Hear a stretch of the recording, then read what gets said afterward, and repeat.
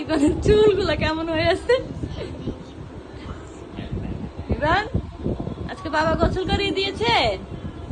হ্যাঁ, দেখো চুলগুলা ভালো করে মুছে দাও। তোমার আজকে কে গোসল করিয়েছে? বাবা। বাবা সুন্দর করে গোসল করে দিয়েছে? হ্যাঁ,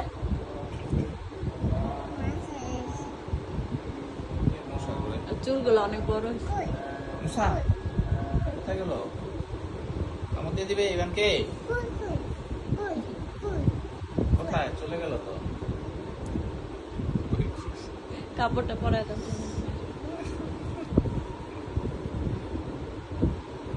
দাঁড়াও দাঁড়াও বাবা।